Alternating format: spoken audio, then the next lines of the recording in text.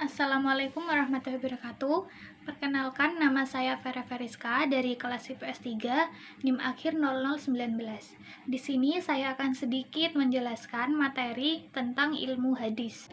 Di sini saya sudah menampilkan PowerPoint yang isinya adalah sebuah hadis tentang pendidikan yang artinya adalah sesungguhnya aku mendengar Rasulullah SAW bersabda, barang siapa meniti jalan untuk mencari ilmu, Allah akan mempermudahkan baginya jalan menuju surga.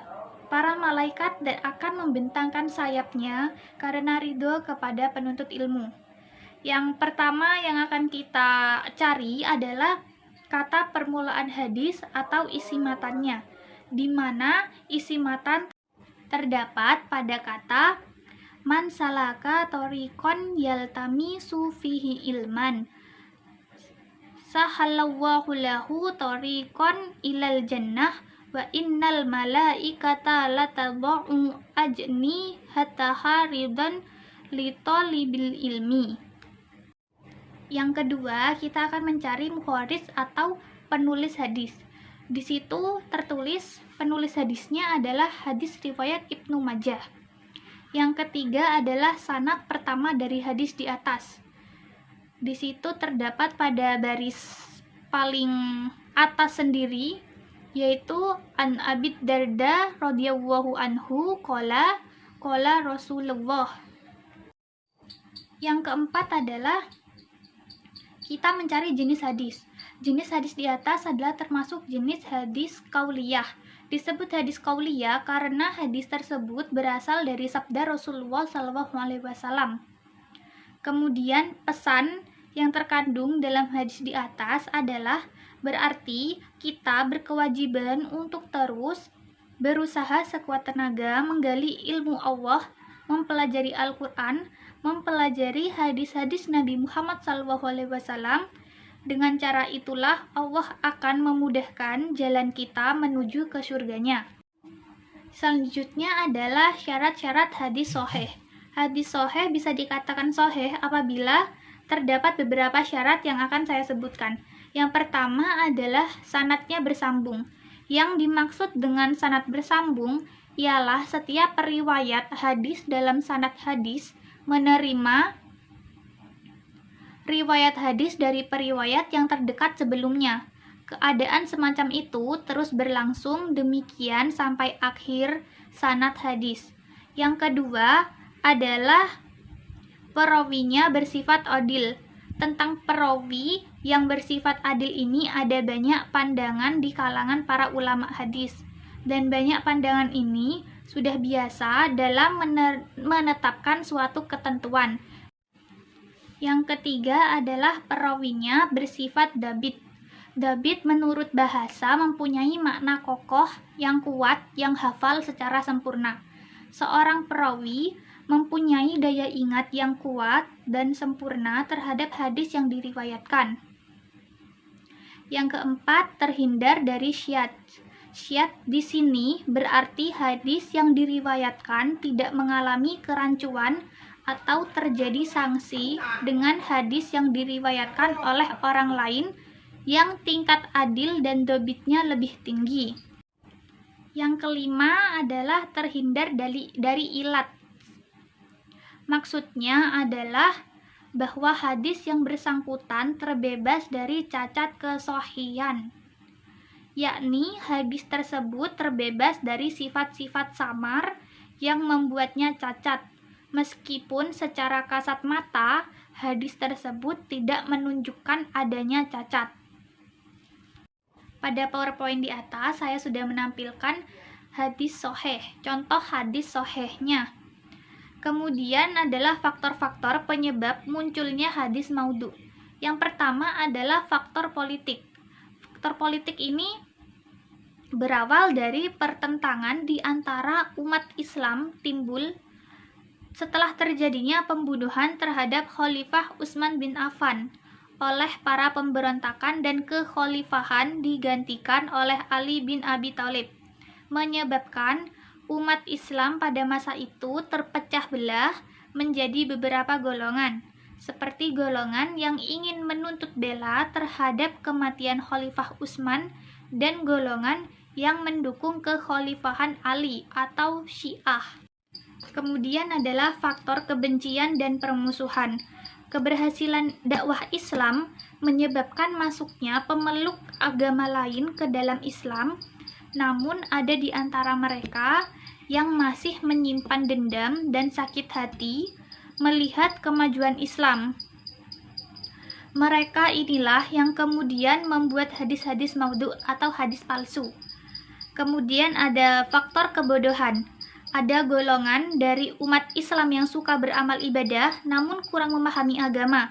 Mereka membuat hadis-hadis maudhu atau palsu dengan tujuan menarik orang untuk berbuat lebih baik dengan cara membuat hadis-hadis yang berisi dorongan-dorongan untuk meningkatkan amal dengan menyebutkan kelebihan dan keutamaan dari amalan tertentu tanpa dasar yang benar melalui hadis targhib yang mereka buat sendiri.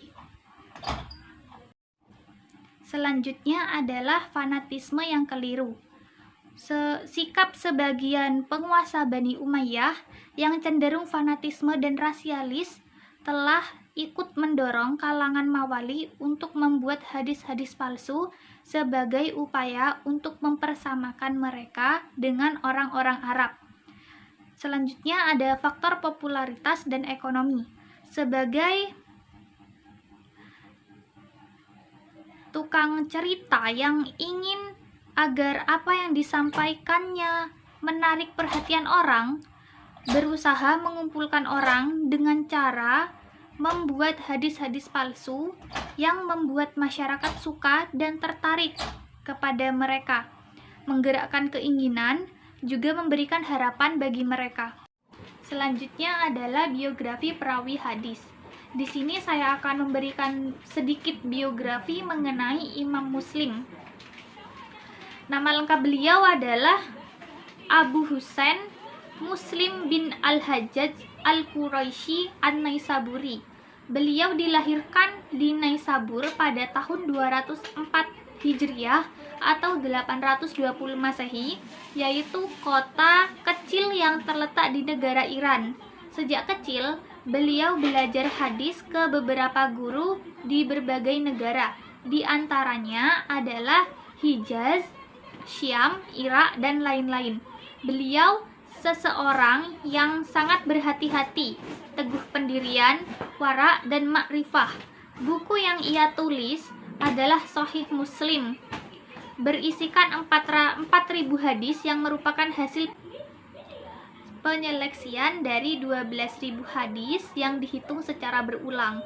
Buku itu disusun selama 12 tahun.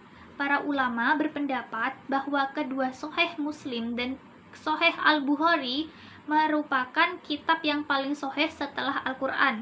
Ada juga yang berpendapat bahwa Sahih Al-Bukhari lebih sahih, sedangkan Sahih Muslim lebih indah sistematika penulisannya. Karya-karyanya antara lain Sahih Muslim, Al-Munasad Kabir, Al-Jami, Al-Kabir, Muhadlamin, dan lain-lain. Beliau wafat di Naisabur pada tahun 261 Hijriah atau 875 Masehi dalam usia 55 tahun. Selanjutnya, saya sudah menampilkan contoh hadis di mana saya sudah mentahridnya menggunakan sistem digital. Saya mengambil tema pendidikan dan arti dari hadis tersebut adalah telah mengabarkan kepada kami Yakub bin Ibrahim, telah mengabarkan kepada kami Waki.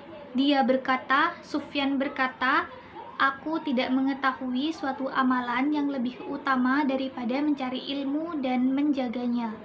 Bagi siapa yang Allah kehendaki. Sufyan juga berkata, Al-Hasan bin Solih berkata, manusia membutuhkan ilmu ini untuk agamanya, sebagaimana mereka membutuhkan ilmu untuk makanan dan minuman di dalam dunia mereka. Detail hadisnya adalah derajat isnadnya sahih, kitabnya mukaddimah, babnya adalah keutamaan ilmu dan orang alim. Kemudian sanadnya. Yang pertama ada Sufyan bin Sa'id bin Masruq dari kalangan tabi'ut tabi'in, kalangan tua.